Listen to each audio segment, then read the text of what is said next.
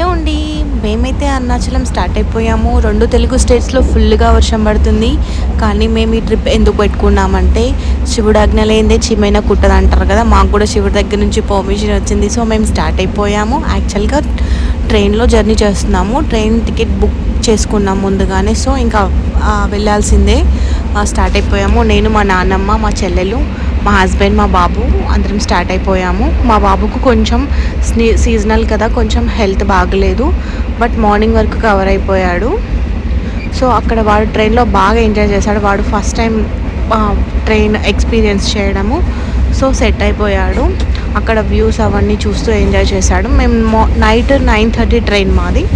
Morning 8 o'clock లేచాము. So అక్కడ మొత్తం view చూస్తూ హ్యాపీగా ఎంజాయ్ చేస్తున్నాడు.